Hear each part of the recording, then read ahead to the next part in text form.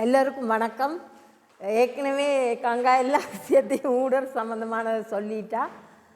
இந்த ஊடர் சந்திப்பை வந்து நாங்கள் 2014 ஏற்கனவே இந்த புத்தகத்தில் இருக்கிற மாதிரி 2014 முதல் சென்னையில் வந்து புதிய மாதவி, கீதா, மங்க மற்றும் பிரேமா ரேவதி இணைந்து ஒழுங்கமைத்திருந்தார்கள் சென்னை பல்கலைக்கழகத்தில். அதே போல் ஒவ்வொரு சந்திப்பையும் நாங்கள் வந்து ஏன் இந்த வெளிநாடுகளில் செய்கிறோம்னு சொன்னால், ஐரோப்பாக்கில் இருக்கிறவர்கள் வந்து தனியாக ஐரோப்பாக்கில் இருக்கும் பொழுது இந்தியாவிலேயோ இலங்கையிலேயோ இல்லை வேறொரு நாட்டில் இருந்து ஒரே ஒருவர் 2 பேரை தான் நம்மளால் அழைக்க முடியும். அதில் வந்து புதிய மாதவி வந்திருக்கிறா, மற்றது சிவகாமி அவங்க வந்திருக்கிறாங்க, ரஜினி வந்திருக்கிறா. இப்படி ஒவ்வொரு ஆஸ்திரேலியாவிலேருந்து ஒவ்வொரு நாள்லேயும் ஒவ்வொரு ஆட்கள்லாம் பெறுவாங்க. ஆனால் நாங்கள் இங்கே செய்யும்போது நிறைய பெண்களை நாங்கள் உள்வாங்கலாம், நிறைய பெண்களுக்கு இப்படியான ஒரு சந்தர்ப்பம் கொடுக்கலாம்னு சொல்லி தான் நாங்கள் வந்து இலங்கை இந்தியாவில் இந்த சந்திப்பை ஒழுங்குபடுத்தி இருக்கிறோம். இந்த ஊடர் என்று சொல்கிறதுக்கு தனியாக ஊடர் ரஞ்சி மட்டும் இல்லை, இந்த ஊடர் இணையதளத்தை நான் கொண்டு வரும்போது அந்த நேரம் வந்து எங்களுக்கு வந்து இமெயில் மட்டும்தான் எங்களுக்கு ஒரு உதவியாக இருந்தது. அந்த எந்த படைப்பாளிகள்கிட்டையும் நாங்கள் வந்து ஊடர் இந்த இணையதளத்தில் பிரசுரிக்கிறதுக்கான ஆக்கங்களை நாங்கள் எடுத்து கேட்கும்போது உடனடியாக அனுப்பி தருகிற எழுத்தாளர்கள் நிறைய பேர் இருந்தாங்க. ஏன்னா அவர்களுக்கு ஒரு தளம் இருக்கவில்லை. அப்போ நாங்கள் வந்து அந்த முதல் ஐரோப்பாவிலேயும் சரி உலக தமிழ் பெண்களுக்காக ஊடர் இணையதளம் இருந்தது.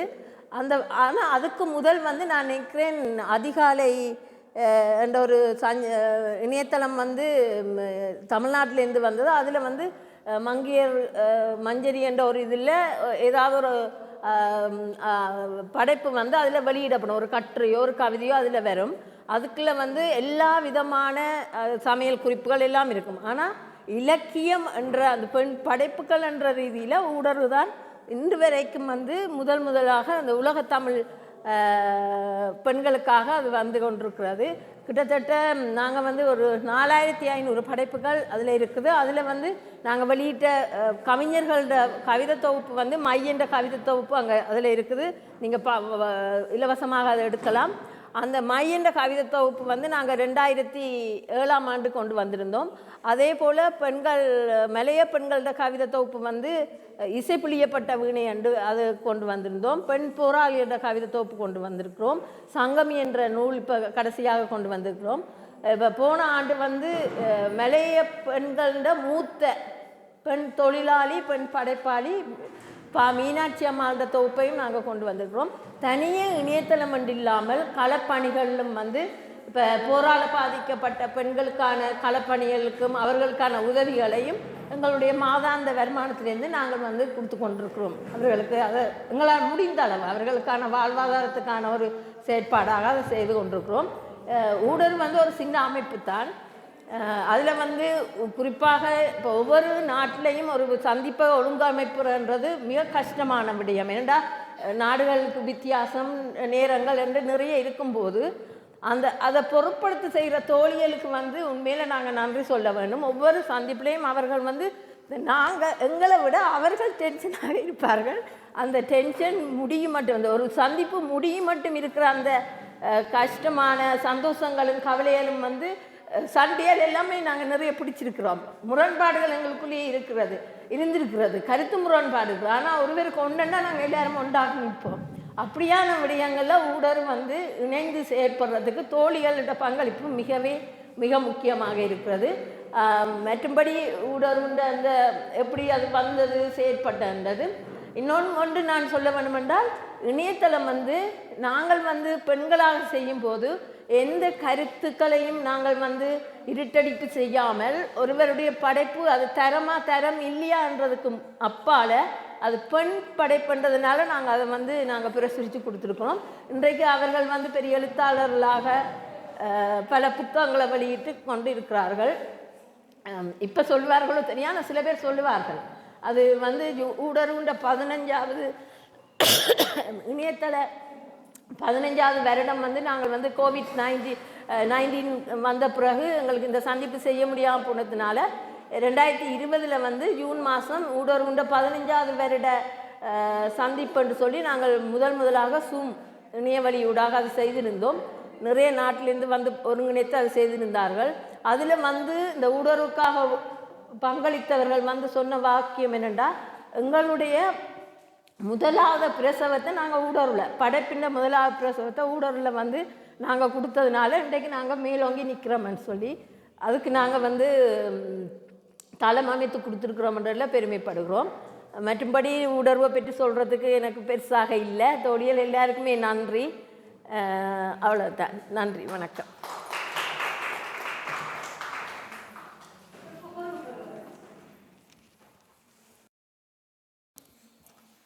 தோழிகள் அனைவருக்கும் என்னுடைய காலை வணக்கங்கள். முதல் முறையாக ஒரு பெண்கள் சந்திப்பில் நான் கலந்துக்க கிடைத்த வாய்ப்பிற்கு நான் முதல்ல ஊடக அமைப்பிற்கு நன்றி ரஞ்சிக்கும் மற்றும் தோழிகளுக்கும் நான் நன்றி சொல்ல விரும்புகிறேன். ஊடகம் பற்றி பல்வேறு விஷயங்கள் இப்போது ரஞ்சி சொல்லிட்டு இருந்தாங்க. அதில் குறிப்பாக பெண்கள் அமைப்புகளை உதிரியாக இருக்கக்கூடிய பெண்களை எல்லாம் ஒன்று சேர்க்கறதுங்கிறது ரொம்ப முக்கியமான ஒரு பணி நான் நினைக்கிறேன்.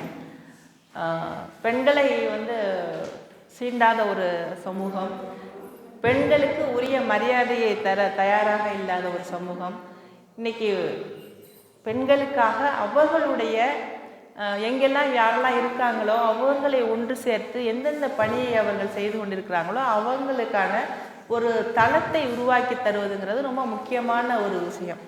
அதை பெரிய ஒரு சாதனையாக தான் நான் பார்க்குறேன். இன்றைக்கி எந்தெந்த களத்தில் எங்கெங்கே இருந்து கிராஸ் ரூட் லெவலில் எங்கேருந்தெல்லாம் வந்திருக்காங்க அப்படிங்கிறத பார்க்குறதுக்கு எனக்கு ரொம்ப சந்தோஷமாக இருக்குது. இப்போ கொஞ்ச நேரத்துக்கு முன்னாடி கோலார் தங்க வயல்லேருந்து ஒரு சகோதரியை பார்த்தேன்.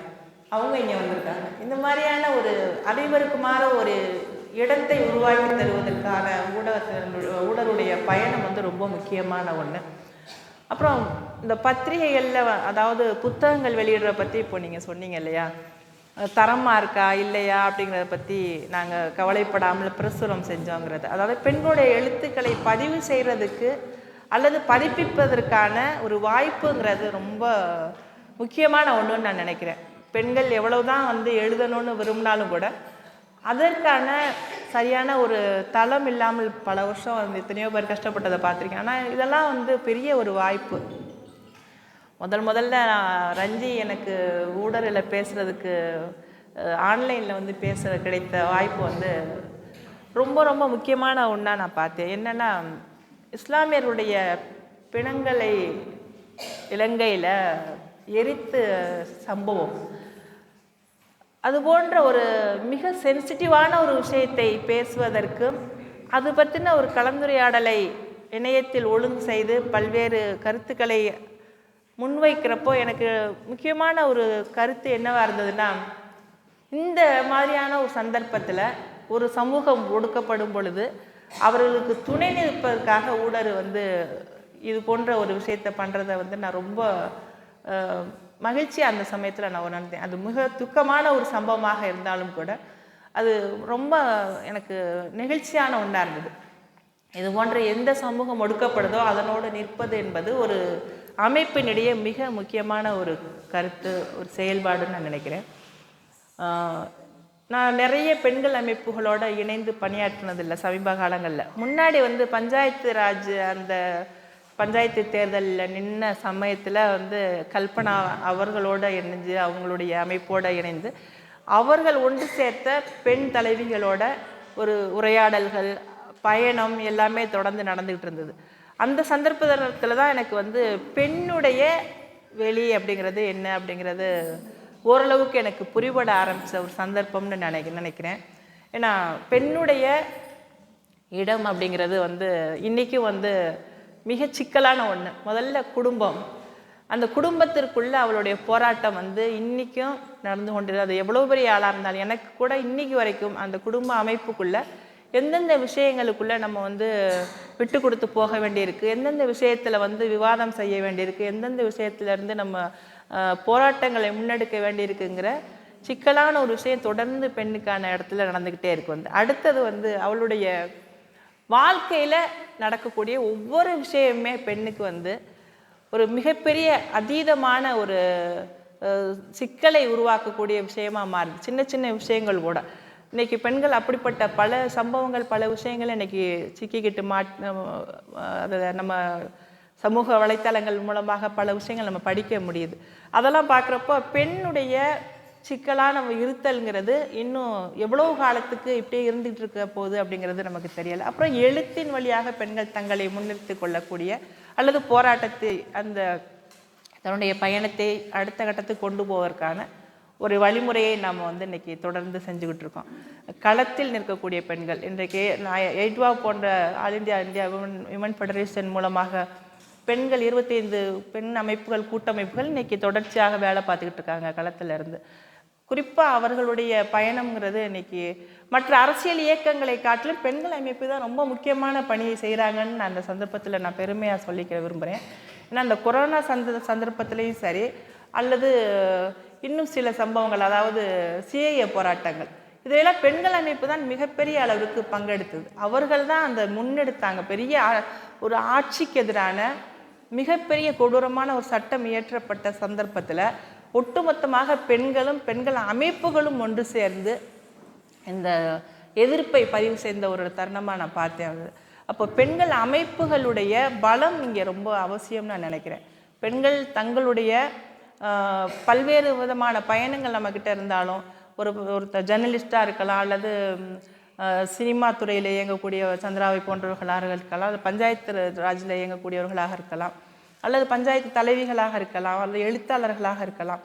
பல்வேறு சமூக பணிகளை நம்ம தனித்தனியாக துண்டாக செஞ்சுக்கிட்டு இருக்கப்போ இது போன்ற ஒன்று சேர்ந்து ஒரு பயணத்தை ஒரு கட்டமைப்பை வந்து உருவாக்குறது ரொம்ப முக்கியமான அவசியமான ஒன்றா நான் பார்க்குறேன்.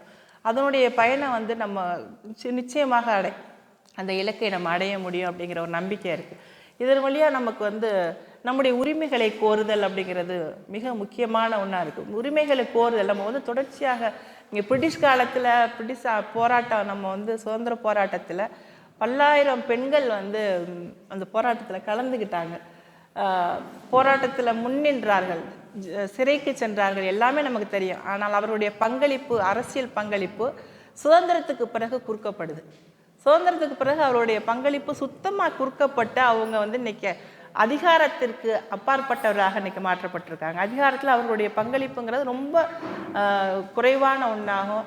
பெண்களுக்கான சட்டங்கள் பாராளுமன்றத்தில் இயற்றப்படும் பொழுதோ அல்லது சட்டமன்றத்தில் இயற்றப்படும் பொழுதோ அது பற்றின எந்த விவாதத்திலும் பெண்களுடைய குரல் மிக குறுகிய ஒரு சிலருடைய குரலாக மாறி இன்றைக்கி அது ஆண்கள் மட்டுமே தீர்மானிக்கக்கூடிய ஒரு இடத்துல அந்த சட்டங்கள் இன்றைக்கி அமல்படுத்தப்படுது. பெண்களுக்கு எதிரான பாலியல் சட்டங்களாக இருக்கட்டும், அல்லது குற்றங்கள் சம்பந்தமானதாக இருக்கட்டும், அல்லது கருக்கலைப்பு சம்பந்தமாக இருக்கட்டும், திருமணம் சார்ந்த எத்தனையோ விஷயங்கள் வந்து அவர்களுடைய ஆண்களுடைய குரல், ஆண்களுடைய விவாதம், ஆண்களே முடிவு செய்து ஒரு சட்டம் இயற்றப்படக்கூடிய ஒரு அநீதி இன்னைக்கு தொடர்ந்து பெண்களுக்கு எதிராக நடந்துக்கிட்டே இருக்குது. 33% இடஒதுக்கீடு மசோதா அப்படிங்கிற ஒரு விஷயத்தை நிறைவேற்றுவதற்காக தொடர்ச்சியாக குரல் கொடுத்துக்கிட்டே இருக்காங்க. பெண்கள் அமைப்புகள் குரல் கொடுக்குறாங்க, அரசியல் கட்சிகள் தனித்தனியாக குரல் கொடுத்துக்கிட்டு இருக்காங்க. இருந்தாலும் கூட மிக மெஜாரிட்டியாக இருக்கக்கூடிய இந்த பாஜக ஆட்சி நடந்து கொண்டிருக்கக்கூடிய காலகட்டத்தில் கூட, ஏன்னா கூட்டணி இருந்தால் நிச்சயமாக அது சாத்தியப்படாத ஒன்றா மாறும்.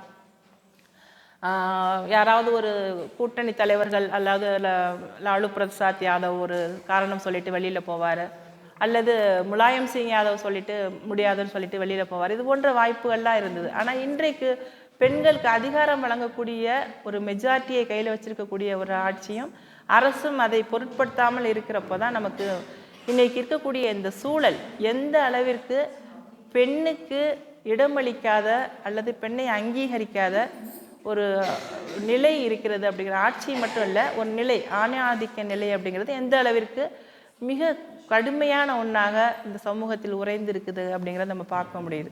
பெண்களுக்கு எதிரான எத்தனை குற்றங்கள் நடந்தாலும் அந்த குற்றங்களை வெளியில் சொல்லாத அளவுக்கு பெண்ணுடைய மனநிலையும் ஒரு விதமான சிக்கலுக்குள்ளே தான் இன்றைக்கும் இருக்குது. இப்போ இது போன்ற நிலைகள் வரும்பொழுது தான் அந்த பெண்கள் அமைப்புகள் வந்து இயங்கக்கூடிய, அவை ஒன்று சேர்ந்து தங்களுடைய கூட்டமைப்பை உருவாக்கக்கூடிய ஒரு நிலையை நம்ம வந்து தொடர்ச்சியாக மேற்கொள்ள வேண்டும் அப்படின்னு நான் நினைக்கிறேன். தமிழ்நாட்டில் அப்படி ஒரு இயக்கம் இல்லை. ரொம்ப வருத்தத்திற்குரிய ஒரு விஷயம். தமிழ்நாட்டில் அந்த அளவுக்கு வந்து இது போன்ற சகல தரப்பையும் ஒன்று சேர்த்து, எல்லா துறைகளையும் சேர்ந்தவர்களையும் ஒன்று சேர்த்து ஒரு இயக்கத்தை கட்டமைத்து அடுத்த போராட்டங்களை முன்னெடுக்க வேண்டிய எல்லா பிரச்சனைகளும் அவர்கள் ஒன்று சேர்ந்து, ஏன்னா நமக்கு அந்த பயணம் மிக முக்கியமான ஒன்று. ஆனால் அந்த பயணத்தை நம்ம வந்து துவக்கவே இல்லையோ அப்படிங்கிற ஒரு வருத்தம் எனக்கு இருந்துக்கிட்டே இருக்கும். இன்றைக்கி வந்து ஒரு சில அமைப்புகள் முன்னாடி துவங்கப்பட்டுச்சு. அது தங்களுக்குள் இருக்கக்கூடிய சில ஈகோக்கள்னால அந்த கட்டமைப்பு அடுத்த கட்டத்திற்கு போகாமல் ஒரு நிலை உருவாச்சு.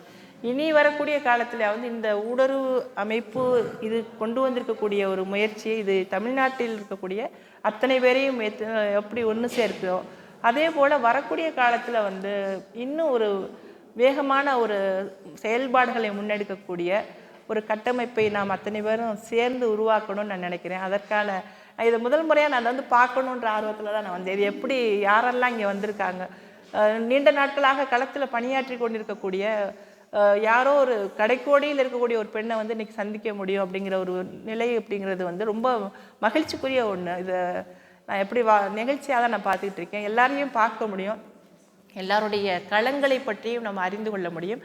அவர்களுடைய போராட்டமான வழிமுறைகள் என்னவாக இருக்குது, எந்த அளவுக்கு அவங்களுடைய பயணம் வந்து மிக அரிய ஒரு விஷயமா இருக்குது அப்படிங்கிறதெல்லாம் இன்றைக்கி நேரில் நம்ம பார்க்க போகிறோம், விவாதிக்க போகிறோம். அதன் மூலமாக நம்ம இந்த சமூகத்திற்கு, சமூக மாற்றத்திற்கு பெண்கள் அமைப்புகளுடைய தேவை எந்த அளவிற்கு அத்தியாவசியமான ஒன்று அப்படிங்கிறதையும் நம்ம உணர்ந்து கொள்ள வேண்டும் அப்படிங்கிற ஒரு ஆர்வத்தில் தான் இன்றைக்கி வந்தேன். நான் ஒரு எழுத்தாளராக மட்டும் நான் பல நிகழ்வுகளில் கலந்து கொண்டிருந்தாலும் கூட இது போன்ற பெண்கள் அமைப்பு பெண்களுக்காகவே அவர்களுடைய போராட்ட வாழ்க்கையை மேம்படுத்தக்கூடிய ஒரு நிலையை கருத்தில் கொண்டு இயங்கக்கூடிய ஒரு இந்த அமைப்பு நடத்தக்கூடிய இந்த நிகழ்ச்சியை பார்க்க வேண்டும், உங்களோட கலந்துரையாட வேண்டும், உங்களுடைய ஒவ்வொரு செய்திகளையும் கேட்டு அறிந்து கொள்ள வேண்டும் அப்படிங்கிற மிகப்பெரிய ஆர்வத்தோடு தான் நான் இங்கே வந்திருக்கேன். இந்த வாய்ப்பிற்கு நான் மிகுந்த நன்றியை நான் உங்கள் எல்லாருக்கும் தெரிவிச்சுக்கிறேன். இந்த இயக்கம் ஒரு இன்றைக்கி இருக்கக்கூடிய இந்த நிலைப்பாடுங்கிறது இன்னும் பல்வேறு வகையில் பெண்களுடைய படைப்புகளை, ஏன்னா நீங்கள் வந்து பெண்கள் எழுதுகிறப்போ வந்து நிறைய விஷயங்கள் வந்து பப்ளிஷ் ஆனாலும் கூட அந்த பப்ளிஷ் ஆனதுக்கு பின்னாடி அந்த பெண்ணுக்கான ஒரு உரிய ஒரு அங்கீகாரம் வந்து சமூகத்தில் கிடைக்கிறது. என்ன சொல்கிறாங்கன்னா, மோசமான வார்த்தைகள் வந்து இன்றைக்கி கூட என்னுடைய படைப்புகளை வந்து பெண்களை பற்றி நான் எழுதுகிறப்போ என்ன பேசுகிறாங்க அப்படின்னா, இஸ்லாமிய சமூகத்தில் இருக்கக்கூடிய முரண்பாடுகளை நான் பேசுகிறேன். நிச்சயமாக ஒரு உரையாடலை இல்லாத ஒரு சமூகமோ அல்லது முரண்பாடுகளை பேசாத ஒரு சமூகமோ வளர்ச்சி அடையாது அப்படிங்கிறது என்னுடைய நிலைப்பாடு. அதுதான் என்னுடைய படைப்புக்குள்ளே, என்னுடைய எழுத்துக்குள்ளே நான் பதிவு செய்யணும் அப்படின்னு நான் நினைக்கிறேன். குறிப்பாக பெண்களுடைய உணர்வுகளை இன்றைக்கு ஏராளமான பெண்கள் எழுத வந்திருக்காங்க. இப்போ வந்து எழுத வரக்கூடிய பெண்களை இந்த சமூகம் எப்படி பார்க்குதுங்கிறது நம்ம எல்லாருக்கும் தெரியும். ஆனால் நான் என்னை போன்றவர்கள் எழுதும் பொழுது ஒரு சின்ன ஒரு கான்ஃப்ளிக்ட் உருவாகுது. என்னென்னா, சொந்த சமூகத்தில் இருந்து கொண்டு அந்த சமூகத்தின் மீதான பலகீனங்களை நான் வெளியில் கொண்டு வரேன். நீங்கள் வந்து அந்த பலகீனங்களை ஏன் நம்ம பேச வேண்டியிருக்கு அப்படின்னா, நம்ம அதை பலமானதாக மாற்ற வேண்டும். ஏன் இந்த உரையாடலை நாம் மேம்படுத்த வேண்டும் என்றால் நிச்சயமாக அதை பற்றி பேசி தான் ஆகணும் அப்படிங்கிறதுக்காக தான் நம்ம எழுத ஆரம்பிக்கிறோம். ஆனால் அதை வந்து இன்றைக்கு இருக்கக்கூடிய இந்த பாஜக ஆளக்கூடிய சூழலில் இது தேவையில்லை, இது தேவையா, இதை பற்றி எழுதணுமா என்கிற ஒரு கேள்விகளை இப்போ படைப்பாளிகள் முன்னாடி வைக்கக்கூடிய ஒரு சூழ்நிலையும் வந்திருக்கு. முதல்ல வந்து எழுதுறத வந்து தப்பு, அசிங்கமாக எழுதுறீங்க, ஆபாசமாக எழுதுறீங்கன்னு பெண்களை நோக்கி கேள்விகள் முன்வைக்கப்பட்டுச்சு. ஆனால் இப்போ இந்த கேள்விகள் வைக்கப்படுது. அதாவது இப்போ பாஜக இருக்கக்கூடிய சூழ்நிலையில், இந்த அரசியல் சூழ்நிலையில் இந்த முரண்பாடுகளை நாம் ஏன் பேச வேண்டும் அப்படின்னு பேசப்படாத ஒரு உரையாடல் இல்லாத ஒரு சமூகம் பிரச்சனையோ நிச்சயமாக எந்த விதத்திலும் தீர்வுகளை நோக்கி போகாது. எங்களை பொறுத்த அளவுக்கு தீர்வுகள் தேவை என்பதற்காகத்தான் நாம் வந்து சில விஷயங்களை எழுத வேண்டி இருக்கிறது. ஆனால் தீர்வுகளை நோக்கி போக வேண்டாம் என்று சொல்லக்கூடியவர்கள் தான் படைப்பாளிகளை நோக்கி கேள்விகளை உருவாக்குகிறார்கள். இப்படிப்பட்ட ஒரு சிக்கலில் பெண்கள் எழுதக்கூடிய பெண்களுக்கு அவர்கள் எதை எழுதினாலும் அதை பதிவு செய்வது, அதற்கு ஆதரவு தருவது, தொடர்ச்சியாக அவர்களுக்கு ஒரு மிகப்பெரிய உந்து சக்தியாக இருப்பது என்பது ஊடறு போன்ற அமைப்புகளுடைய வேலையாக இருக்கிறது என்பது மிகுந்த ஒரு நம்பிக்கை ஊட்டக்கூடிய ஒரு செய்தியாக தான் நான் பார்க்குறேன். உங்களுடைய பயணம் தொடர்ச்சியாக மேலும் மேலும் பயணம் நடக்க வேண்டும். அதன் வழியாக பல்வேறு பெண்களை நீங்கள் இணைக்கும் சக்தியாக ஒரு கன்னியாக நீங்கள் இருக்க வேண்டும் என்பது மனமார்ந்த வாழ்த்துக்களை நான் தெரிவித்துக் கொள்ள கடமைப்பட்டிருக்கிறேன். தொடர்ச்சியாக இந்த உரையாடல்களை நான் கேட்டு அதன் வழியாக என்னுடைய பல்வேறு அறியாமைகளையும் போக்கிக் கொள்ளலாம் என்று நான் விரும்புகிறேன். கோலார் தங்கவையில் என்ன நடக்குதுங்கிற விஷயத்தை நான் தெரிஞ்சுக்கணும், சினிமா துறையில் என்ன நடந்துட்டு இருக்குங்கிறத நான் தெரிஞ்சுக்கணும். பல்வேறு செய்திகளை நீங்கள்லாம் எங்களுக்கு ஒவ்வொருத்தருக்கும் நம்ம கற்றுக்கொள்வதற்காக நம்ம வந்திருக்கோம். பல்வேறு செய்திகளை ஒவ்வொரு இடமிருந்து ஒவ்வொரு செய்திகள் நேற்று சரின்னு ஒரு சங்கதியை சொல்லிட்டு இருந்தாங்க. அதுபோல் பல்வேறு சங்கதிகளை நம்ம எல்லாரும் பேச போகிறோம்.